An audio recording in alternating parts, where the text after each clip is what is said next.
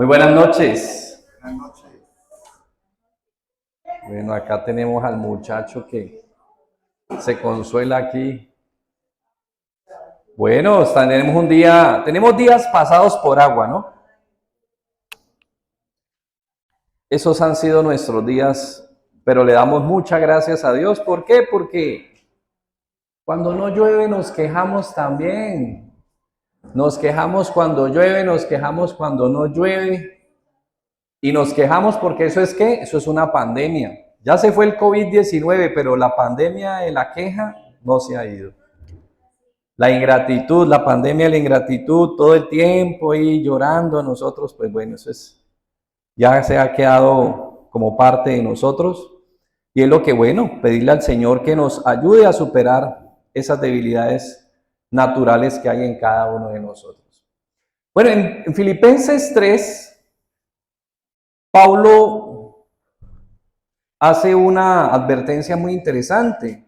Estamos a vísperas de hacer un cierre de calendario y no es por un tema de pronto de terminología, ni de pronto un tema, digámoslo así, de desarrollo personal, sino más bien como un tema de actitud, ¿no? De mantener algo claro con respecto, porque cuando hablamos nosotros de que no, que termina, que empieza, que bueno, sí, pues digamos lo que es muy importante a nivel de el desarrollo de empresas, de tareas y objetivos, pues hacer cierres, ¿no?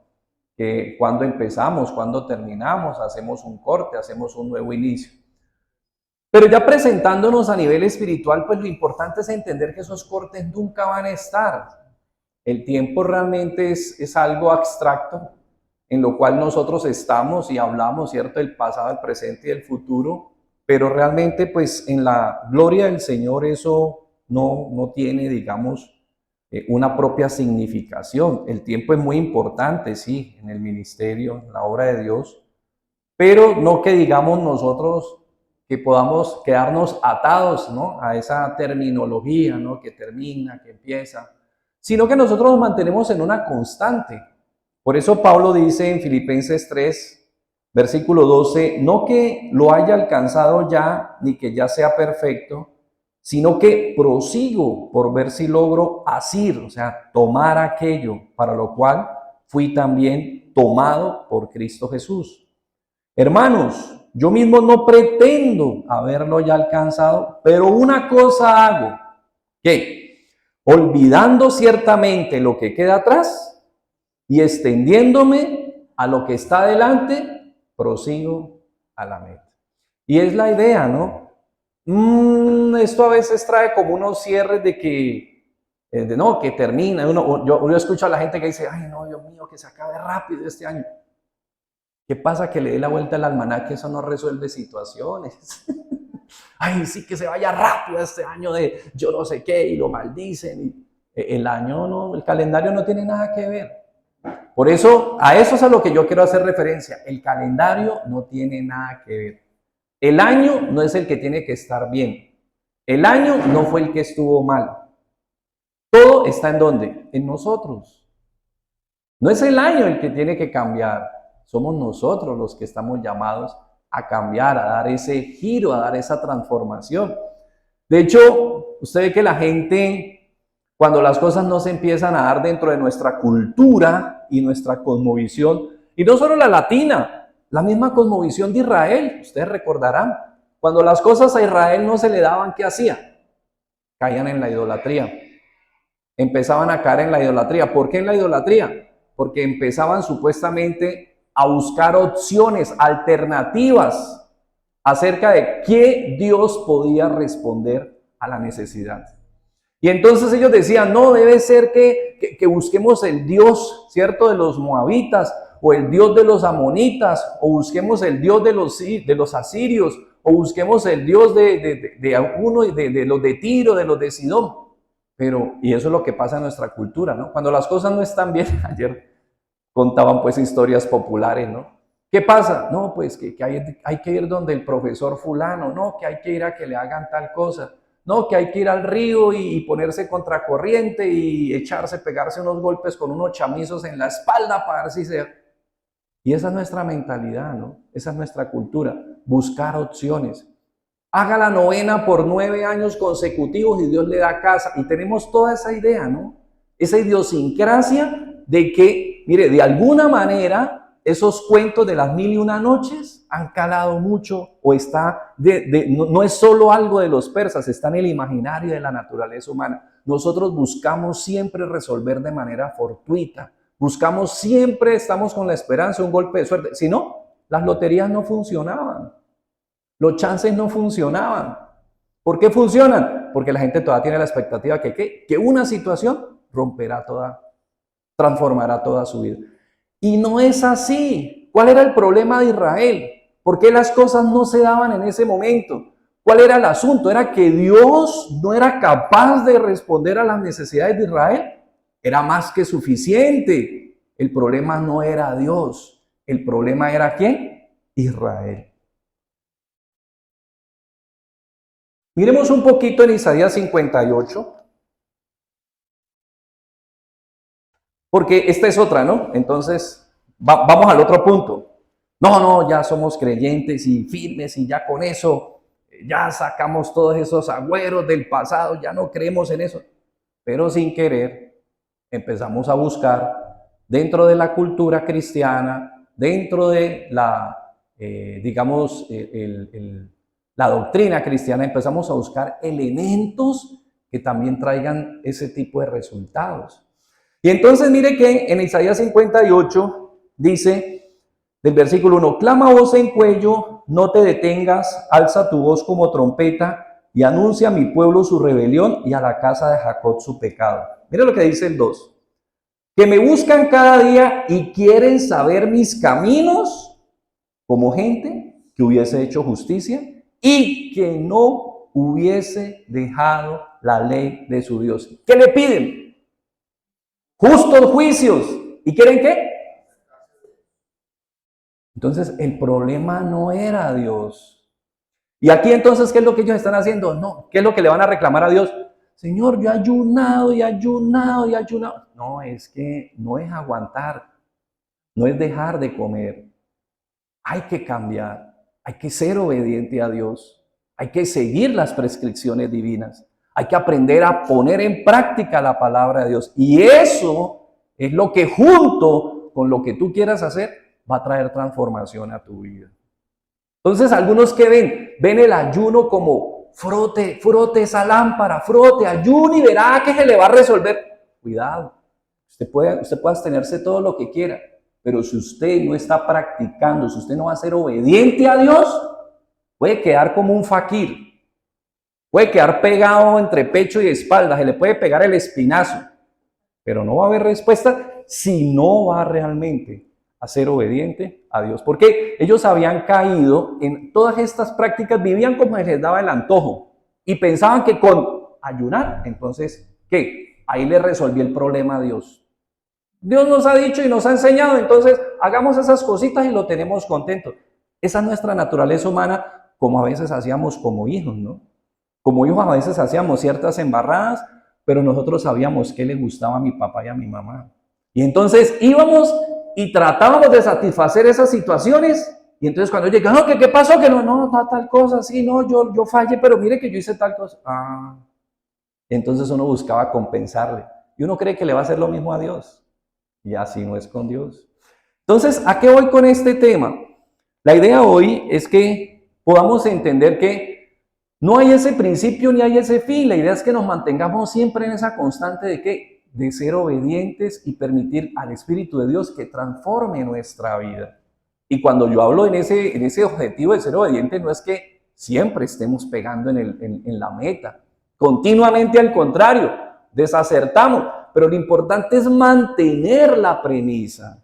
Entender que lo importante es poner en práctica esa verdad. Y eso es lo que va a ir trayendo el cambio. Mire, así lo decía alguien dentro de toda esa comunidad, ¿no? Que es tan importante para hoy en día para muchas personas que han puesto unos paradigmas, ¿no? Y entonces tratan de compararnos, entonces vienen y nos hablan del hombre más rico del mundo y nos lo ponen de ejemplo y pretenden que todos seamos igual a él. Y entonces vienen y nos hablan del fulano que salió de la nada y que entonces que con 50,000 pesos hoy tiene un imperio de 1,000 billones de yo no sé qué, y todos nos ponen unos paradigmas que como la idea de que si nosotros somos como ellos, seremos felices. Eso no está en la Biblia. Entonces tampoco podemos caer en esos enredos y pretender entonces que todos esos estereotipos que nos están vendiendo es lo que va a satisfacer y responder a las necesidades de nuestra vida. Sería bueno hablar con esos hombres si realmente tienen satisfechas muchas verdaderas necesidades de su vida o están enfocados solo en mantener resueltas algunas, que pueden ser muy importantes también. Nosotros aquí no vamos a demeritar la importancia del trabajo ni la importancia, obviamente, de la progresión, de la prosperidad, de que salgamos adelante, de que seamos mejores, de que nos desarrollemos. Eso no lo vamos a demeritar. Pero la pregunta es, ¿solo eso responde a todas las necesidades y responde esencialmente a mi vida realmente? ¿Eso me mantiene realizado como persona? Pues yo veo mucha gente que tiene eso y mucho más. Y cada rato escucha uno que se suicidó, que entró en depresión, que está con ansiedad, que no ha podido salir de un cuadro de no sé qué, que está con apoyo, que está con ayuda. Eso hoy en día, obvio, eso es como hablar hoy en día de ir uno al gastroenterólogo, de ir uno al hepatólogo. Son necesidades que ya hoy en día es muy importante entender que tienen que dejarse ver y que uno no tiene por qué estarlas tapando como si estuviera tapando uno quién sabe qué tabú. No, hoy en día es muy normal muchas de estas experiencias porque estamos en un mundo de mucho afán, de mucho corretaje, en un mundo de mucha velocidad, en un mundo de respuestas inmediatas y obviamente de demandas cada vez más altas. Entonces muchos de nosotros aquí tal vez, bueno, muchos jóvenes, ¿no? Ya que hay mucha gente joven, pero muchos de nosotros venimos de hogares, les recuerdo, 8, 6, 10 hermanos, 2 hermanos, 14 hermanos, algunos 16 hermanos. ¿Y cómo se criaron? Eso donde comía uno, comían dos, donde comían dos, comían tres. Con lo muy básico. ¿Usted cree que hoy en día esa es la pretensión de un papá? No. Uno no pretende criarse como cuando criaron a 14, a 9, a 8. Uno quiere darle todo lo full de lo full de lo full. Esas son nuestras pretensiones modernas. Estamos en otro mundo, ¿sí ven? En otra realidad, y esas realidades generan más afanes, generan mucho más estrés, demasiado estrés. Entonces eso también trae a su vez que aleatoriamente daños y laceraciones emocionales, espirituales y de toda orden. Eso no es que simplemente entonces hagámosle que eso se va dando, que eso con saliva se va curando. No, hay muchas cosas, muchas presiones. Ustedes ven las demandas laborales, profesionales, cada día son más intensas. De hecho, a uno ya lo tienen sujeto con esto. Usted ya no sale del trabajo nunca. Uno antes salía, cerraba el escritorio, 5 de la tarde, y usted salía a la oficina y salía. Usted sabe que hoy en día uno, mientras esto exista, usted ya nunca sale. Usted está metido en el trabajo todo el tiempo. Y mientras usted más remuneración tenga, pues menos libertad va a tener en ese sentido también. Entonces, cuando hablamos acerca de este punto, lo que queremos es entender, por eso, que lo que requiere nuestra vida es ir poco a poco progresando. Y les traía esta frase de este hombre que decía, mire, cuando usted empieza a hacer lo que le corresponde hacer, no es posible que usted cambie, es inminente que usted cambie. ¿Sí me entiende? No es una posibilidad que el cambio venga, es una ley que el cambio vendrá. ¿Sí me entiende? Cuando usted hace lo que tiene que hacer. Y cuando nosotros como dice y tantas veces repetimos aquí en Santiago 1:22, cuando nosotros hacemos lo que Dios nos ha venido enseñando, vamos poniendo en práctica, vamos haciéndolo, vamos viendo su gloria, vamos viendo su gloria. Oye, hay momentos en que uno dice, hombre, esto aquí parece que no funciona, esto parece que no es, esto parece que no tiene sentido, aquí parece que no vamos. Yo no sé si a ustedes les ha tocado algunas veces ir a ciertas invitaciones que le hacen a uno a ciertas casas de campo, y uno supuestamente sigue las señales y uno dice, Dios mío, yo creo que estamos perdidos. Pero uno finalmente acata la señal que le han dado y el letrero, la tiendita, la casita, y pregunta a uno y sí, señor, llegó. Y no, Dios mío, ¿cómo llegamos? Yo pensé que no íbamos a llegar nunca, porque uno no conoce el camino. Pero si uno sigue las instrucciones, va a llegar al destino. Entonces, en ese orden de ideas quería compartir hoy algo muy importante y es que hay una característica, válgalo a decirlo así, del carácter del creyente. Y esa característica que está en ti, que es parte de tu médula, que es parte de tu nueva naturaleza, que es parte del nuevo nacimiento que hay en ti, es ser persistente y es ser perseverante. No en vano, si vamos a Josué 1:9 para mirar un poquito y mirar desde los albores, pues de recordando los principios, 1:9. Recordarán que lo estudiamos hace algunos días cuando hablábamos de la tarea diaria del creyente. Veíamos que se requiere ello, un carácter persistente. Y ahí en donde uno dice, ¿cómo así? No, entonces yo, por ejemplo, yo diría, ¿cómo así? ¿Se requiere ser persistente? No, pues esa no es mi característica. Y tal vez puede que no sea la de muchos. Pero es el carácter que se requiere. Entonces uno le dice a Dios, bueno, Señor, pero pues yo quiero caminar contigo, pero no es mi naturaleza. Y tú me pides ser persistente, ser perseverante. Y yo tiendo a rendirme muy fácil. ¿Qué vamos a hacer ahí? Y entonces es donde Dios, como le dijo a Moisés, ¿qué le dijo? Cuando Moisés le dijo, Señor, es que yo no sé hablar. ¿Qué le dijo Dios? Yo soy el Dios Todopoderoso. Entonces, si Dios nos está llamando como creyentes, si nos ha dado una nueva naturaleza, y a pesar de ella nosotros tenemos debilidades frente a los requerimientos de Dios, quién nos va a hacer funcionales frente a los requerimientos de Dios? Dios. Dios. Es que mire, uno le cuesta entender que en esta historia de la palabra, en esta historia de la relación con Dios, todo lo hace Dios. A uno le cuesta entender. Uno tiene que hacer su parte, claro, mire, ustedes llegaron hoy aquí. Ustedes yo no creo que los trajeron por teletransportación, no. Ustedes hicieron su tarea. Ustedes hicieron su tarea. Mire, uno tiene unas tareas que uno las hace, pero hay otras que solo las hace Dios. ¿Cuál? Haber puesto en su corazón venir hoy. Eso no lo hace, eso no lo pone cualquiera. Y crea. Que eso, mire, muchos, tal vez por muchas razones, y uno lo ha vivido, uno siente apatía, pereza, negligencia, siente muchas cosas. Yo no estoy juzgando, digo lo que sentimos como humanos. Y no venimos. Pero a veces independiente de así esté cayendo el chorro, así esté cayendo lo que venga, así esté la dificultad, así esté, uno tiene esas ganas. Eso, cuando usted lo esté viviendo, siempre dígale gracias, porque eso viene de ti. Y ahí vamos entendiendo que Él es el que hace la tarea en nosotros. Por eso en Josué 1:9 dice, cuando ellos iban a entrar a tomar la tierra prometida, y ustedes recordarán que 5 veces le reiteró el Señor a Josué, mira que te mando, que te esfuerces y seas valiente. No temas, no desmayes, porque Jehová tu Dios estará contigo donde quiera que vayas. Haga su esfuercito. Mire, no es un esfuerzote. Aquí nosotros no nos están pidiendo que movamos una montaña. A nosotros no nos están pidiendo que salvemos gente. Por eso Jesucristo se llama el Salvador, porque Él es el que salva a la gente. A nosotros aquí no nos están pidiendo que convirtamos gente.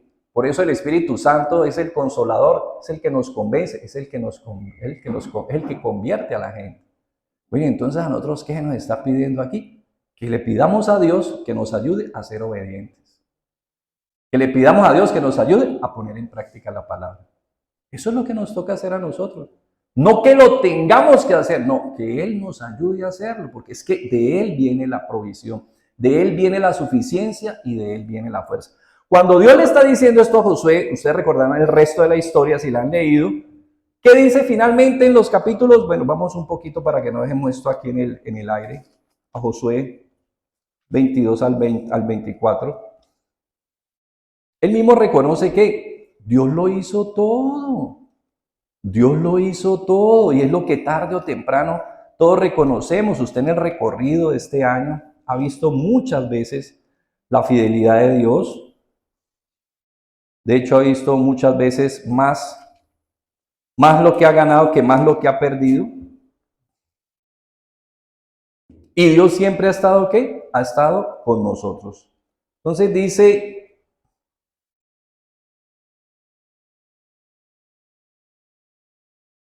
22, 23, 24. 24:14 dice, perdón, 23:14 dice, y he aquí que yo estoy para entrar hoy por el camino de toda la tierra. Reconoced pues con todo vuestro corazón y con toda vuestra alma que no ha faltado una palabra de todas las buenas palabras que Jehová vuestro Dios había dicho de vosotros. Todas os han acontecido. ¿Cuántas faltaron? Ninguna, ninguna, ninguna ha faltado. Entonces, ¿qué encontramos nosotros? Que definitivamente el Señor cumple lo que ha prometido. Y si Él te dice que Él te va a ayudar, Él te va a ayudar. Si Él te dice que te va a fortalecer, te va a fortalecer. ¿Se acuerdan cuando leemos Filipenses 4:13? Todo lo puedo en Cristo que me fortalece. ¿Qué estaba viviendo Pablo? Pablo está diciendo, mire, yo he pasado muchas necesidades, pero Dios me ha fortalecido. Y he estado en holgura y Dios me ha fortalecido. Y he aprendido que tenga mucho, tenga poco, ¿quién es el que me mantiene fuerte? Cristo. Entonces por eso él decía, todo lo puedo en Cristo que me fortalece. Porque es que mire, la necesidad es dura, pero a cosa tan corrompida como es la prosperidad a veces. No hay nada más dañino a veces que una persona estar en holgura. Se envanece, se ensoberbece. Y lo primero que hace, por eso Deuteronomio 8, ¿cuál era la recomendación de Dios? Cuando tengan todo lo que yo les he dicho, ¿qué les decía? No se olviden de mí. ¿Y qué es lo primero que uno hace cuando está en la buena? Adiós abanico, que llegó la brisa. Chao Señor. Y vamos a pasarla nosotros, que nosotros fuimos, nosotros somos capaces y nosotros somos los chachos. Y nos olvidamos. Entonces, no es que sea mala, por favor, no me malinterpreten, no es malo salir adelante, no es malo progresar, no es malo estar mejor hoy, no es malo estar 10 veces mejor, porque es que la bendición de Dios es que seréis 10 o seréis 1000 veces más de lo que sois ahora. Esa es la bendición de Dios, eso no es que sea malo. Lo que estamos diciendo es, ahí es donde necesitamos también ¿a quién? A Dios. Porque uno piensa que lo necesitas cuando uno está mal, que las cosas no se dan, que no se resuelve, que la empresa no despega, que el trabajo no se da, que la cosa no. Y entonces ahí es donde no, es también cuando estamos bien, también necesitamos eso. Esa es la lección y eso es lo que Pablo nos dice en Filipenses 4:13. Cuando estoy en la mala, ahí el Señor me hace fuerte. Pero cuando estoy en la buena, también me fortalece. ¿Para qué? Para no olvidarme de Él, para mantenerme firme. Mire David. Un ejemplo, David ganó, Dios le dio la victoria sobre todos sus enemigos y finalmente dice en 2 Samuel 12, y en el tiempo en que todos los reyes tenían que estar en la guerra, ¿dónde se quedó David? En casita. Y yo no soy juez de David, estoy contando lo que la Biblia dice. ¿Y qué pasó estando en casa? Se pegó su esportillada. Yo no soy juez de David, Dios me libre. Por eso que nos enseñó el Señor Jesús a orar. No me dejes caer en tentación, mas líbrame del mal. A cualquiera nos puede pasar. Yo no estoy aquí como juez. Estoy contando es que cuando ya estuvo en holgura, ¿qué pasó? Y entonces, ¿qué es lo que Dios le manda a reconvenir a través del profeta Natán? ¿Por qué tuviste en poco mi palabra? ¿Cuándo la tuve en poco? Cuando estaba en la buena. Porque cuando estaba siendo perseguido, firme, hasta que supimos, no supimos nada. De hecho, tuvo 2 veces la oportunidad de matar a Saúl y no lo hizo. Fue obediente, pero ya estando arriba. Entonces, es ahí donde tenemos que pedirle al Señor también que nos guarde en toda situación. Entonces, hablando acerca de este carácter, hay 2 características ahí en Josué 1:9, y es ser fuerte y valiente. Y sabe que en el hebreo están muy interrelacionadas. Entonces, la primera, que es mira que esforzarse, shazar, es ser fuerte, fortalecer, endurecer, prevalecer, apoderarse de. Eso es lo que significa ser fuerte. Mira que te mando que te esfuerces. Entonces, aquí el verbo hebreo shazak dice, transmite principalmente la idea de fuerza y poder. Se utiliza para describir la fuerza física, la fortaleza emocional y la resiliencia espiritual. El término puede implicar el acto de fortalecerse a uno mismo o a los demás, prevalecer en una batalla o en un conflicto, aferrarse a algo. Se utiliza a menudo en contextos en los que se necesita ¿qué? Apoyo y esfuerzo. Entonces, por eso, mira que te mando que ¿qué? Esfuerces. Lo requerimos para mantenernos ¿qué? En la carrera. Por eso quería decirles, aquí no termina y empieza nada, aquí es el almanaque, el que termina es el almanaque, pero nuestra vida mantiene ¿qué? Su persistencia. Seguimos en el mismo correr. Eso es como la famosa carrera de San Silvestre. ¿Cuándo se corre la carrera de San Silvestre? El 31 de diciembre. Oiga, qué aburridor, ¿no? Pues para la cultura de uno, ¿no? Pero ¿qué pasa? Ahí se corre y el que gana, gana y la vida sigue. Ahí no fue que, ay, ¿cómo así? ¿Qué? No, se corre ese día. De hecho, nosotros tuvimos aquí un famoso atleta colombiano que la ganó creo que 3 veces. Famoso Víctor Mora. 3 veces ganó la carrera de San Silvestre en Brasil. Entonces, mire que hay que correrla y mantenernos firme corriendo, ¿como quién? Como los famosos 300 de Gedeón. ¿Ustedes se acuerdan de los 300 de Gedeón? Dicen que el Señor pide una característica de ellos. Cuando el Señor llamó al pueblo para ir a pelear, salieron 30,000 hombres. Y Dios dijo, no, eso es mucha gente. Yo no necesito tanta gente para una victoria. Entonces Él le dijo, vamos, póngalos a correr y llévelos al agua. Y ahí en el agua, después de correr, yo se los voy a probar. Y yo los voy a discriminar. El que vaya al agua, corra y mande la mano y la eche a su boca y siga corriendo, ese es de los que se queda conmigo. El que se arrodille, así como los perritos, porque así dice textualmente la Biblia, a tomar agüita del río, dice, ese me lo saca porque ese no me sirve. Y cuando usted ve la historia de Gedeón, ve por qué Dios lo requería así. ¿Quiere que vayamos un poquito? Vayamos un poquito por qué Dios lo requería así. Es que Dios, mire, Dios no hace requerimientos por hacer requerimientos. Los hace porque en algún momento de nuestra vida nosotros vamos a necesitar esa realidad. Mire, dice que, usted recordará, listo, ellos hicieron porque uno dice, no, pues tan fácil que se la puso, no era sino entonces poner unas teas, dejarlas caer, encender el fuego, tocar la trompeta, entre ellos se mataron. No, a estos hombres les tocó luego salir que persiguiendo esos ejércitos. Y dice en el capítulo 8 de Jueces, desde el versículo 1 dice, pero los de Efraín le dijeron, ¿qué es esto que has hecho con nosotros, no llamándonos cuando ibas a la guerra contra Madián? Y le reconvinieron fuertemente. A los cuales él respondió, ¿qué he hecho yo ahora comparado con vosotros? ¿No es el rebusco de Efraín mejor que la vendimia de Abiezer? Dios ha entregado en vuestras manos a Oreb y a Sed, príncipes de Madián. ¿Y qué he podido yo hacer comparado con vosotros? Entonces el enojo de ellos contra él se aplacó, luego que él habló esta palabra. Y vino Gedeón al Jordán, mire, y pasó él y los 300 hombres que traía consigo. ¿Cómo estaban? Cansados. ¿Pero qué estaban haciendo estos hombres a pesar de estar cansados? Persiguiendo al enemigo.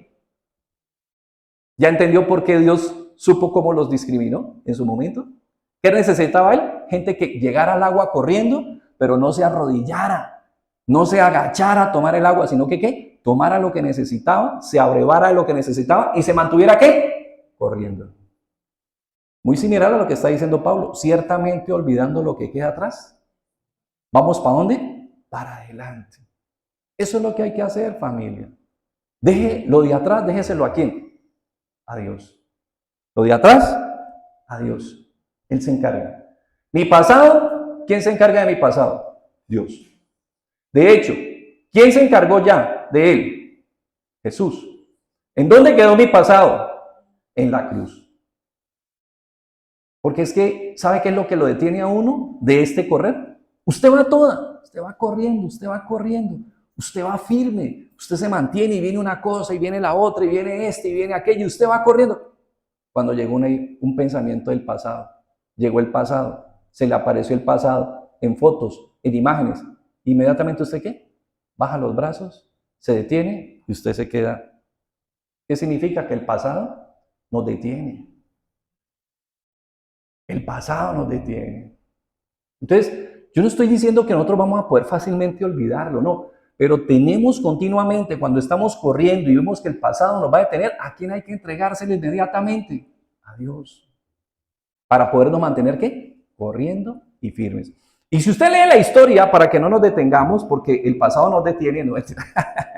Usted termina de leer la historia de Gedeón, usted va a ver que este hombre alcanzó finalmente a esos reyes. Es más, 2 pueblos lo menospreciaron porque le dijeron ¿dónde están? Y no le creyeron, imagínense, lo desestimaron, pero finalmente ¿qué? Logró el objetivo, vino, se desquitó de esos 2 pueblos y Dios le dio una gran victoria a Gedeón. Así entonces, cuando nosotros hablamos de mantenerse, de ser esforzados, de ser valientes, entonces nos referimos a la frase shazat, mira que te mando que te esfuerces, fortalécete. Mire, a un hombre le preguntaron, un hombre que construía ingeniería civil y construyó muchas carreteras. Alguien le tenía una inquietud y le dijo, bueno, pero cuando ustedes llegan y se encuentran con un morro, con una loma, o se encuentran con un obstáculo, o se encuentran con una roca de esas fuertes, ¿ustedes qué hacen? Y este hombre le contestó algo que ya la experiencia le había enseñado. Nosotros nos hacemos más fuertes y punto, resolvemos la situación. Que la roca es muy fuerte, ¿qué les toca hacer ellos? Hacerse más fuertes. Que la situación es dura, ¿qué nos toca? Pedirle al Señor que nos haga ¿qué? Más fuertes. Que la situación es difícil, que hay que pedirle al Señor que nos haga capaces. No nosotros, al Señor que nos haga capaces. Miren, Efesios 6:10, ustedes recuerdan, dice, fortaleceos en el Señor y en el poder de su fuerza. ¿Qué significa? Busca tu fuerza ¿en quién? En Dios. No te fíes de tu fuerza. ¿Ustedes recuerdan la historia de Pedro? Señor, aunque a mí me maten, yo no te voy a negar. ¿Y qué fueron? Horas. Horas, y estaba ¿qué? Negándolo. Yo no quiero, vuelvo y les digo, yo no soy juez de Pedro, pero lo que quedó escrito ¿para qué? Para que nosotros no cometamos ese mismo error. No creamos que nosotros somos suficientes. Es Dios, es su fuerza, es su capacidad. Mire, yo respeto inmensamente cuando me dicen, no, mire, fulano de tal por 30 años, por 40 años se levantó todos los días a las 4 de la mañana y buscó al Señor. Yo digo, un fenómeno. Sí, yo digo, un fenómeno. Y que Dios lo bendiga. Pero yo estoy a 3 vías lácteas de ese personaje. No tengo esa capacidad. Pero, ¿en quién me apoyo continuamente? En Dios. Para que me ayude a ¿qué? A ser consistente en mi vida de oración. Yo no soy ese personaje, yo no soy George Mueller, famoso hombre de Bristol, que se caracterizó, dicen que más o menos tienen una cuenta de 30,000 peticiones contestadas. Él tenía 2 orfanatos. 30,000 peticiones contestadas porque era un hombre de oración determinada y persistente. Y entre George de Bristol y yo no oí nada. Pero ¿qué es lo que hago? Descanso en el Señor, me fortalezco en Él y trato de ser ¿qué? Constante en mi caminar con Él. No somos nosotros y no podemos compararnos. Siempre Dios tiene hombres más grandes que nosotros y por eso nosotros no tenemos que pensar que no valemos o que no somos suficientes. A usted Dios lo está usando porque George de Bristol ya no está, pero ahorita está usted, está su familia, están los que usted conoce, están los que se rodean con usted. Usted está vivo. Y más vale perro vivo que león muerto, dice Eclesiastés. ¿Qué significa? Usted es útil ahora, usted es útil en esta época, usted es útil en este tiempo. A usted es una herramienta en el Señor y Él sabrá con quién lo usa. Y si usted es útil y si usted es un instrumento de bendición para una sola persona, usted ha sido una bendición. Su vida ha sido una gran bendición. Ah, pero es que mire que fulano convirtió a millones de... ¿Sí? ¿Y? Gloria a Dios por la bendición que es fulano, pero yo también me atrevo a bendecirte a ti, si Dios te ha permitido ser bendición para una persona. Que seamos útiles en las manos del Señor no es el número, es para la gloria del Señor, es que seamos útiles, eso es lo importante. Dios sabe poner en el corazón la pasión a cada quien, y algunos no descansan y no tienen ese descanso y tienen ese ahínco, esa determinación, esa fuerza, esa persistencia para uno, para mí, para 1,000,000. En otros no, pero Dios los usa. Mira, una niña, resulta que ella tomó la decisión, pues, en su estudio bíblico le hablaban de la importancia de compartir del Evangelio. Y resulta que, pues ella le costaba. Pero ella dijo, o le oró a Dios y dijo, Señor, quiero ser testimonio tuyo y a pesar de mi debilidad, ayúdame a ser testimonio. Y entonces decidió ir a clases con su Biblia. Una Biblia de niño, una Biblia rosadita. Entonces ella empezó a asistir a una de las clases con su Biblia y apareció el personaje del salón. Y vio que la niña puso ahí, entonces él vio y se dio cuenta que era una Biblia y fue y la cogió y se burló y la desfenestró en esa clase, se burló, la ridiculizó a tal nivel que la niña en su impotencia Solo pudo ponerse a llorar. Le pidió su Biblia, finalmente él se la entregó, cogió sus cuadernos, se fue y chao con esa clase. Jamás volvió a esa clase. Jamás volvió ella a cruzarse con este personaje. Salió de la preparatoria, se fue a la universidad. En la vida volvió a ver ese personaje, era de su comunidad, pero jamás volvió a saber de él.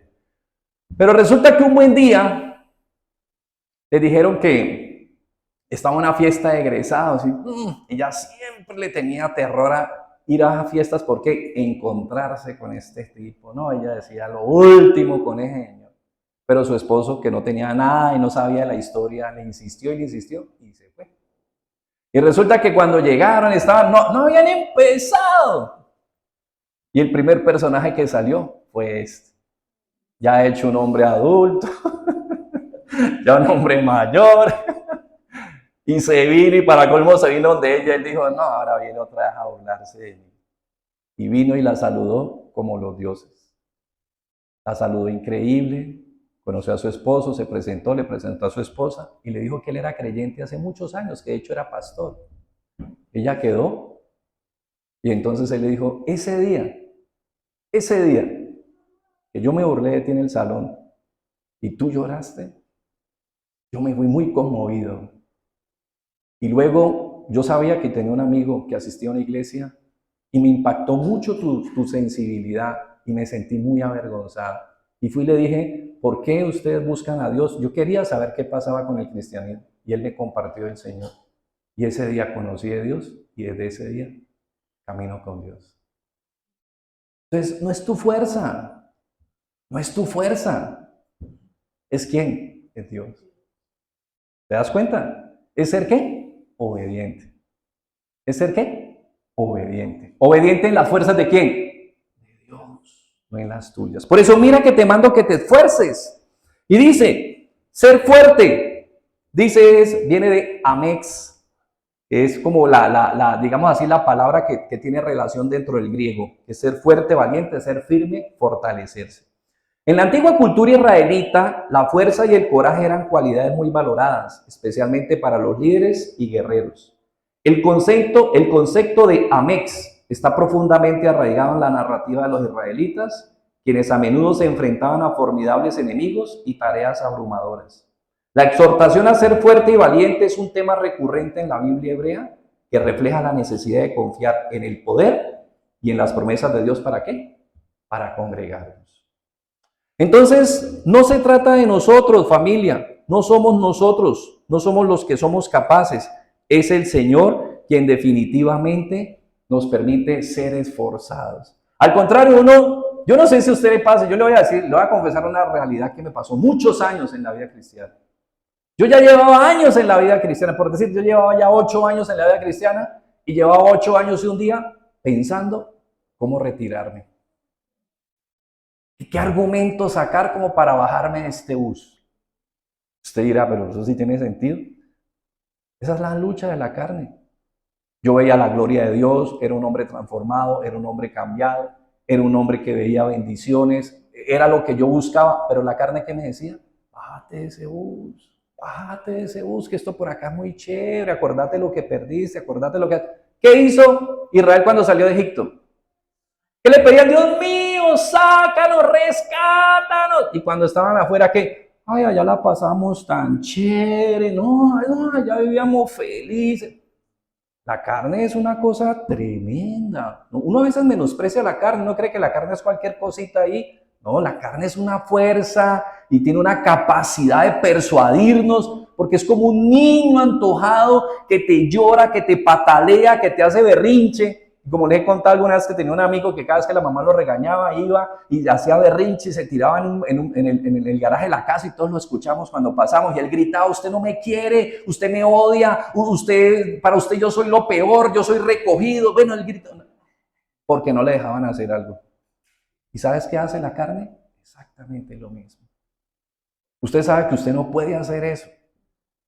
Vea, a usted le dijeron, ojo con eso porque su corazón está débil. Ojo con eso porque su hígado, ojo con eso, y usted, una vez al año, no hace daño. ¿Y con eso qué? Usted resuelve, ¿por qué? Porque la carne le dice, bueno, ¿no? mire, yo quiero, mire, no me va a dar, y entonces usted tiene que morir, y usted tiene que hacerle, y empieza ese telegrafé hasta que usted, ¿qué? Cede. Y después digo, ¿no sé de qué? La culpa, ¿no? ¿Por qué lo hice? Entonces, no desestimemos la carne, por eso el Señor sabe a qué nos está llamando. Vamos a mirar entonces en qué referencia tenemos que desarrollar ese carácter perseverante. Primero, miren ustedes, ahí está el ejemplo, congregarse. Congregarse no es soplar botellas. Suena muy fácil, ¿no? Yo sé dónde es la dirección, yo sé dónde queda. Tengo para el bus, tengo para el taxi, tengo para el Uber. Y uno dice, es muy fácil. Pero ¿cómo cuesta ser consistente para congregarse? ¿Cómo cuesta mantener la frecuencia? ¿Cómo cuesta? Yo no sé si a usted le costó. A mí me costó toneladas. Yo aparecí una vez y a los meses o a los 2 meses volvía y aparecía, pero después de un problema. Obvio, el problema era el que me llevaba. Y entonces después de que yo veía como una respuestica, como la luz de Dios, volvía y ¿qué? Se perdía el hombre. Y típico torero, no aparecía y no para la temporada.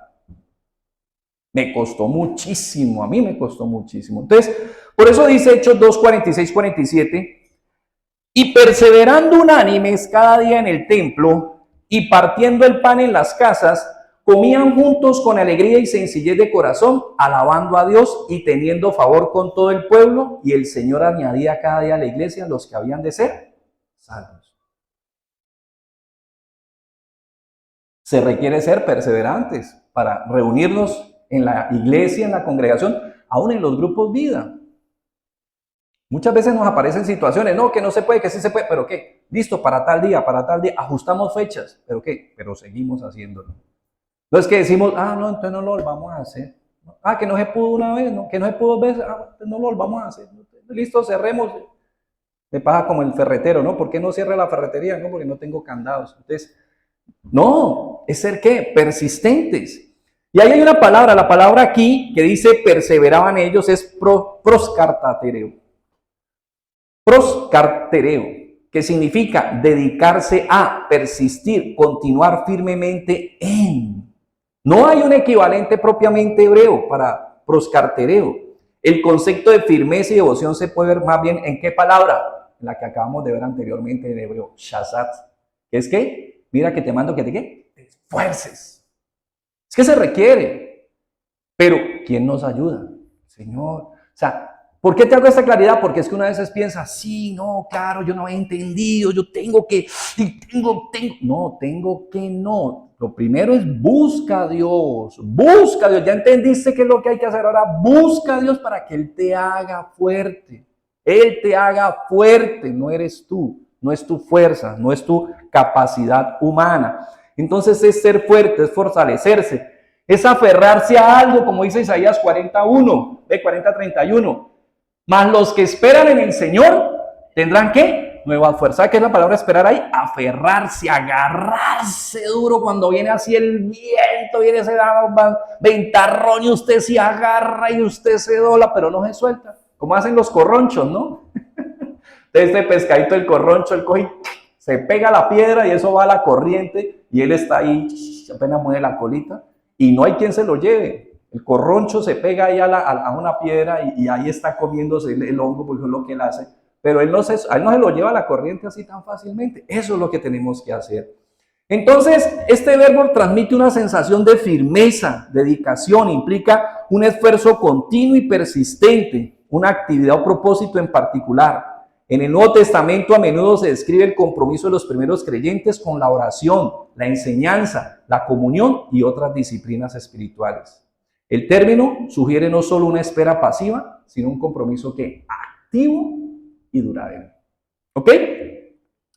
Así entonces, Hebreos 10, 24 al 25, ¿qué se nos recuerda? Hebreos 10, estamos hablando en cuanto a congregarnos.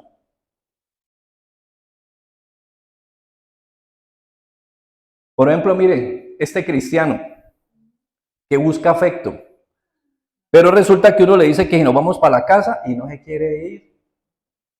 Él prefiere estar aquí solito. Entonces, pero él necesita afecto, pero bueno, no ha querido, no ha entendido. Así somos nosotros, ¿no? Hebreos 10, 24, 25 dice, y considerémonos unos a otros para estimularnos al amor y a las buenas obras, no dejando de congregarnos como algunos tienen por costumbre, sino motivándonos y tanto más cuando veis que ¿qué?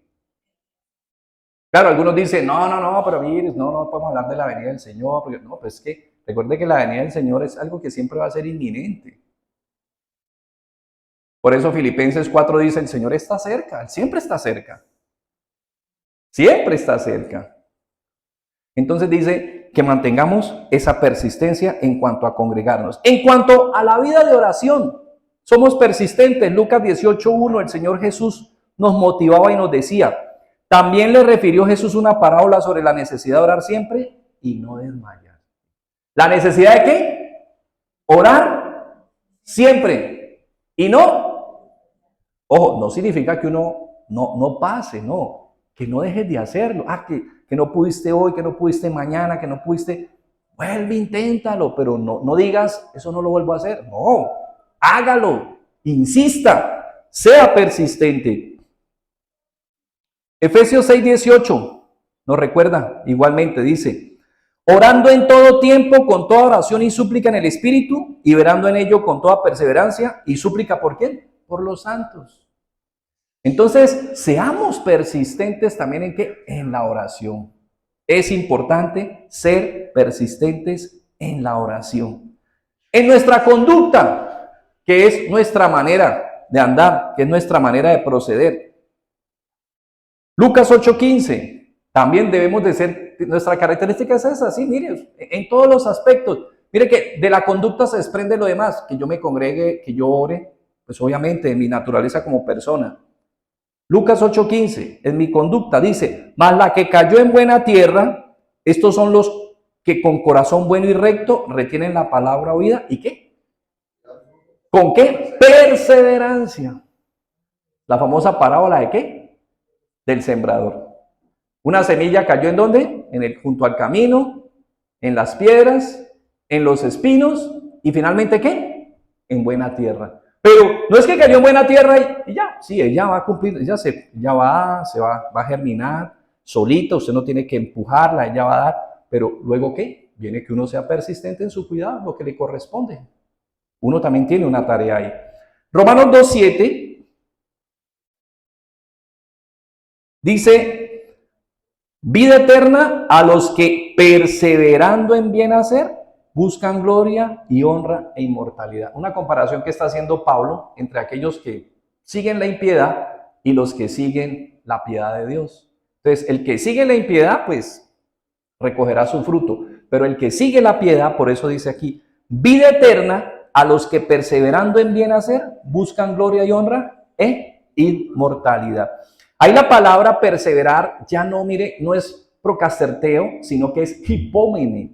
¿Y sabe qué significa? Cuando usted lo están tratando de bajar, lo están presionando, o sea, te están haciendo una presión desde arriba y tú estás abajo, sea de viento, sea aire, sea una adversidad, sea alguien que te está tratando de empujar, pero tú ¿qué? No te sueltas, no te rindes. Eso significa hipómone. Entonces, aquí lo que está diciendo es eso. Hay que tener una conducta que nos caracterice, porque independiente de las situaciones, vamos nosotros. Vamos y nos mantenemos. Dice que esta palabra se utiliza para describir una cualidad de firmeza y resistencia, en particular frente a las pruebas y dificultades. Transmite la idea de permanecer fiel y paciente bajo presión, manteniendo la fe y la esperanza a pesar de los desafíos. Este término se asocia a menudo con la virtud cristiana de la perseverancia, que refleja la confianza en las promesas de Dios y el compromiso con su voluntad. En el contexto cultural, ¿qué sucedía? En el mundo grecorromano, la perseverancia era una cualidad muy valorada, ¿no? Muy distinto a la humildad. Usted sabe que los griegos no concebían la humildad. La humildad es una característica 100% llamado el cristianismo. Dentro de la cultura griega, la humildad, ellos no concebían ello. Cambio, ser persistente, sí. A menudo se asociaba a las virtudes del coraje y la fortaleza. Para los primeros cristianos, la hipómone adquirió una dimensión distintivamente espiritual. ya que los creyentes estaban llamados a soportar la persecución o las dificultades por el bien de su fe. Esta perseverancia no era meramente pasiva, sino una espera activa y esperanzada en la liberación de Dios y el cumplimiento de sus promesas.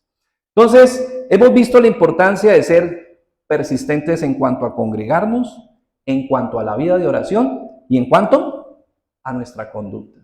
Ahora vamos a verlo finalmente en cuanto a qué. En cuanto a mantenernos firmes, obviamente también en el estudio de las Escrituras, de la doctrina y de su palabra. También se requiere persistencia. De hecho, yo recuerdo una vez que arrancamos un estudio bíblico, 70 personas, nunca se me olvida el número, porque era un número perfecto ahí. 70 personas arrancamos y por la gracia de Dios terminamos 2.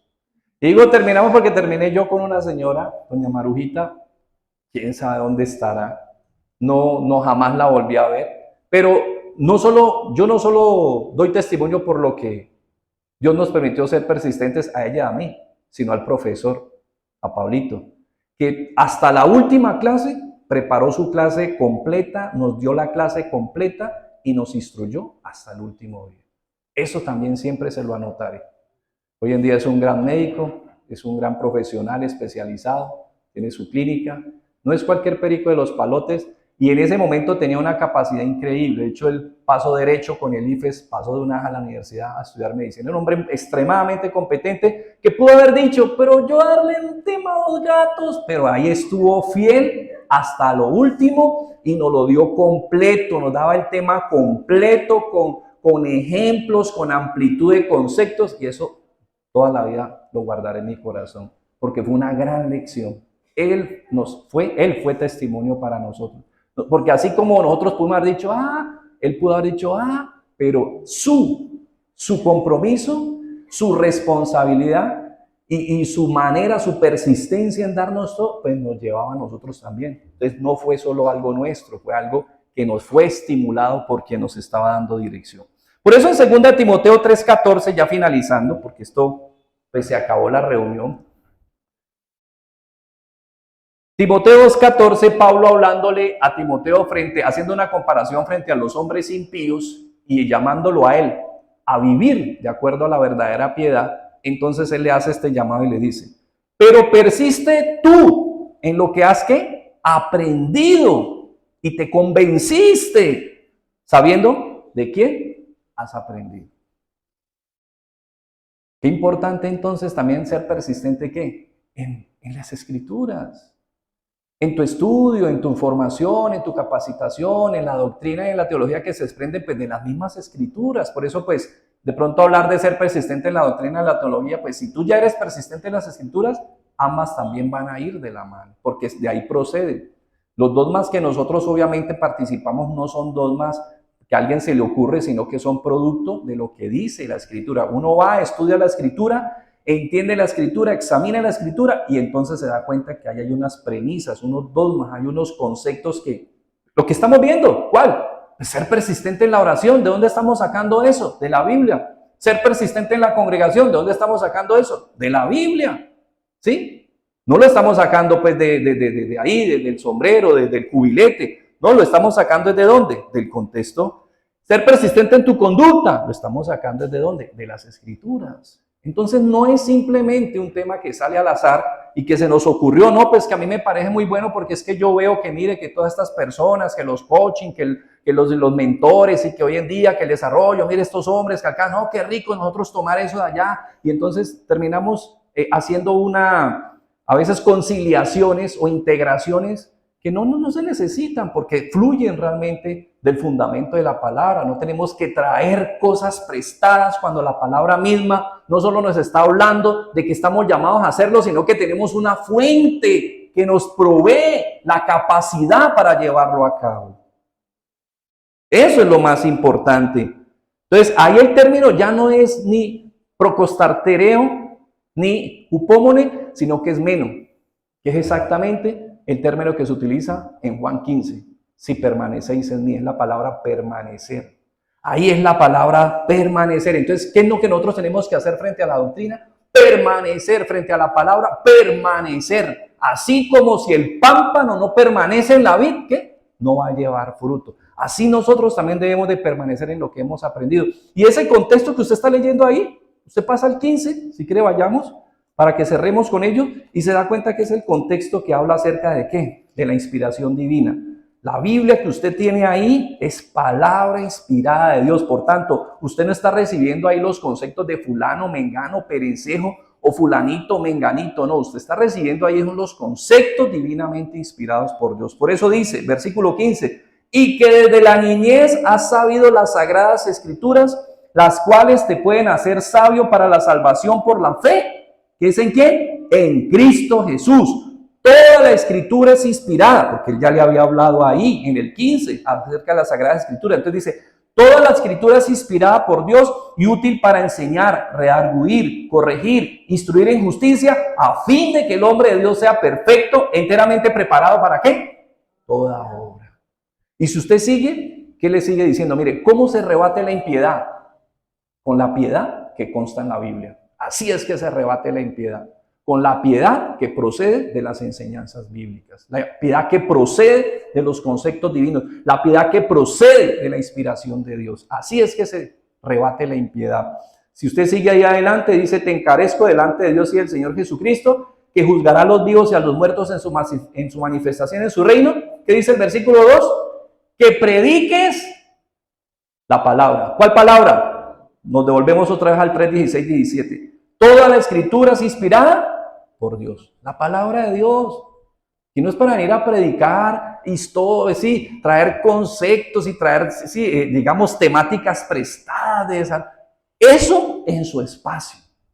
Una cosa, como diría hace muchos años alguien, una cosa es una cosa y otra cosa es otra cosa. Y esas dos cosas, ¿qué? Es mejor que no se toquen. Es mejor que cada una se trate en su contexto correspondiente y cada una sepa entenderse en su lugar correspondiente. Pero no las enredemos, no integremos cosas que no están relacionadas en las Escrituras. Entonces, simplemente para concluir, familia, aquí el término meno significa principalmente permanecer o permanecer en un lugar, estado o relación determinado. Transmite una sensación de persistencia y continuidad y a menudo implica una presencia firme y duradera. En el Nuevo Testamento se utiliza con frecuencia para describir la relación del creyente con Cristo, haciendo hincapié en una conexión continua y duradera. Así entonces, familia de Dios, mire, lo importante aquí es que, como dijo Samuel al pueblo de Israel, Eben Enezer. ¿Qué significa? Hasta aquí nos ha traído el Señor, familia. Créamelo, créamelo. Aquí no los ha traído nadie más a usted. Yo sé que usted ha hecho muchas cosas este año. Usted ha hecho las tareas. Usted ha cumplido. Usted se ha levantado en medio de las adversidades. Usted ha hecho muchas actividades que le correspondía hacer. Usted ha cumplido. Yo lo he hecho también. Por eso yo sé que usted lo ha hecho también. Y usted ha hecho una cosa y ha ido y ha trasnochado y ha caminado la milla extra y usted ha dado el esfuerzo y usted se ha puesto la camiseta y usted la ha sudado y usted tal vez muchas veces aún lo desestimaron y tal vez no le han dado las gracias. Bueno, han pasado muchas cosas. Y yo sé que en el fondo de eso a veces hay una vocecita de la carne que le dice a uno, es que usted es un berraco. Pero ¿sabe qué le quiero decir yo hoy con mucho cariño, sin desestimar? Que usted es más que eso. Usted es un tremendo varón y mujer de Dios. Independiente de todo eso, el que lo ha traído hasta aquí hoy, ¿sabe quién es? Es Dios. Y si mañana usted sigue hacia adelante, hasta donde usted llegue, recuerde, ¿quién lo va a llevar hasta allá? Dios. No somos nosotros, familia. Apoyémonos en el Señor. Arrodillémonos ante cada debilidad. Arrodillémonos ante cada quebranto. Arrodillémonos ante cada situación difícil. Clamemos, reconozcamos nuestra necesidad de Dios, pidámosle, supliquémosle, digámosle, Señor, dame esa conducta, hazme ese hombre persistente en la oración, hazme ese hombre, esa mujer persistente en poder tener una frecuencia congregacional, hazme persistente en mi conducta personal y aún en el estudio, en la lectura, en la aplicación de tu palabra. Porque si usted ha llegado ya hasta aquí, ¿quién lo trajo? Dios. Padre, solo podemos darte gracias, Señor. Solo podemos darte gracias. Solo podemos darte gracias. Porque es para esos efectos que hoy hemos apartado esta reunión. Para darte gracias